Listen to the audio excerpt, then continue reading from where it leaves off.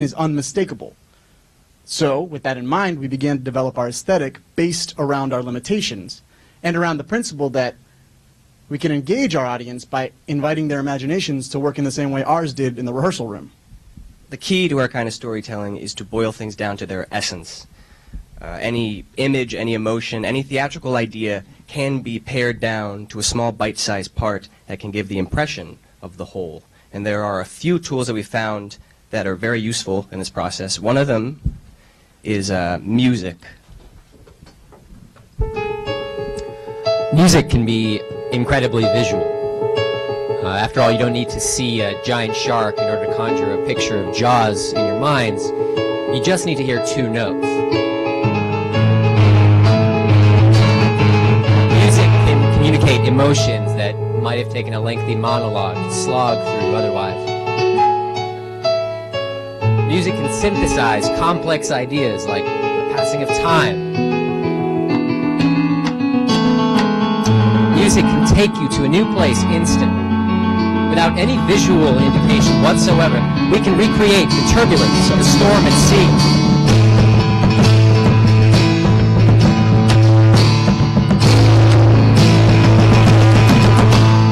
Another one of our favorite tools happens to be puppetry, which can really refer to any sort of focused manipulation of an object.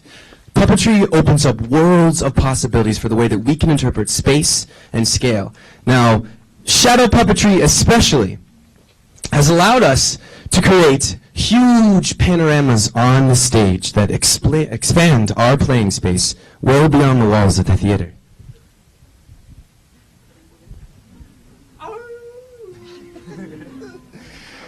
We've also been pleasantly surprised at how far people are willing to suspend their disbelief when they're watching puppetry.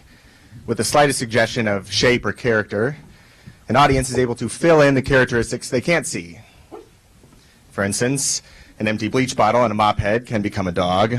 Oh, hey there. An arm and some paper can become a beautiful swan. And a human hand can become a bunny rabbit. Mechanically, these are incredibly simple, but when used in the context of a story, can become powerfully evocative and often quite surprising. Lights, or the absence of light, can be used in a whole variety of ways. As a way to direct your focus somewhere on stage, as a paintbrush to color a scene, even as a sort of makeup to transform ourselves into different characters. Whoa!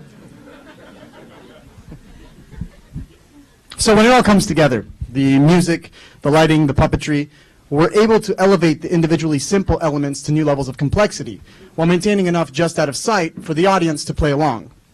This next sequence you're about to see is actually from our show, The Old Man and the Old Moon, and it features the old man of the title in the aftermath of a shipwreck at sea.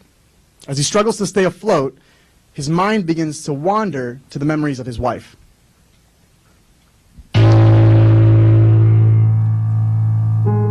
We were all cast into the sea like skipping stones. The old man went over starboard and we went over port. And before a man of us could tell which was the sky and which was the sea, we were all swimming in one or the other for our lives. There, across the broken hull of our once sturdy ship, just make out the hands of our captain as he disappeared beneath the waves.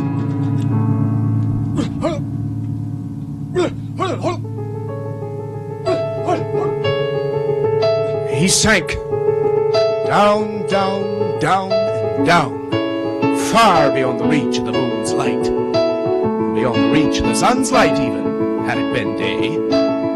As he sank, he stared up at the hole in the sky where once had been the moon. I'm sorry.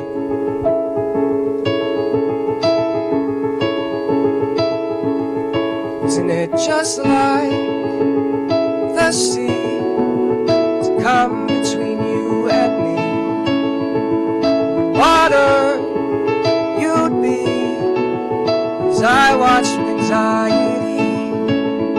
You'd say don't hate the sea from the shore. The ocean was here on you.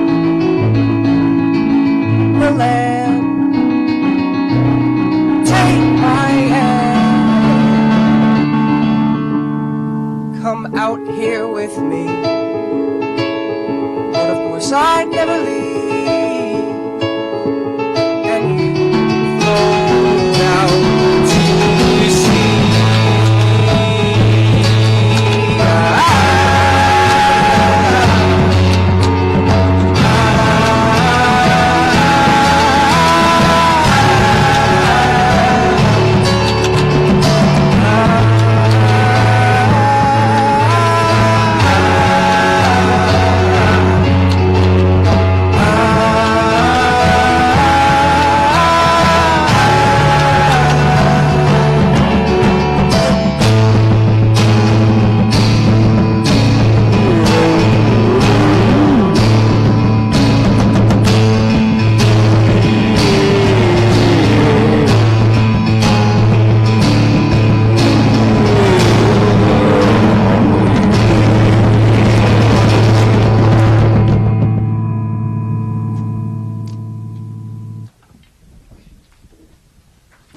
Thank you. Thank you. Now, all these might seem very familiar, and it's because these are all time-tested ideas in theater. But in the 6 years of work together, these are the things that continue to spark our imaginations. And as we develop our work further, these are the things that we've started making a shorthand.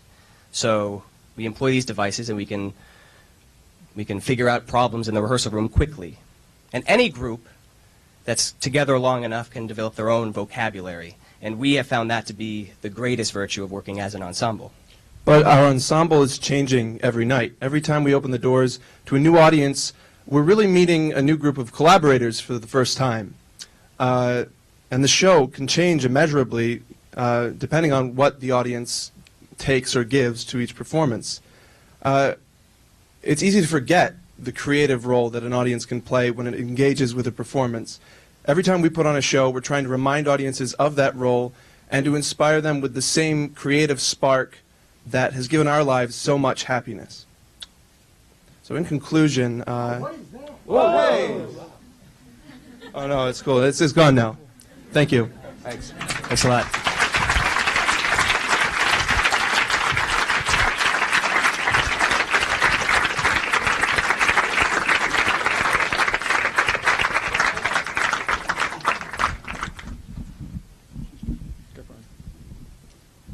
Okay, guys, one more round of applause for PigPen Theatre. That was terrific, huh? Okay. And with that, just as a final couple of words, to let you know, once we leave here, PigPen is going to be playing some music from, I think, from their recently released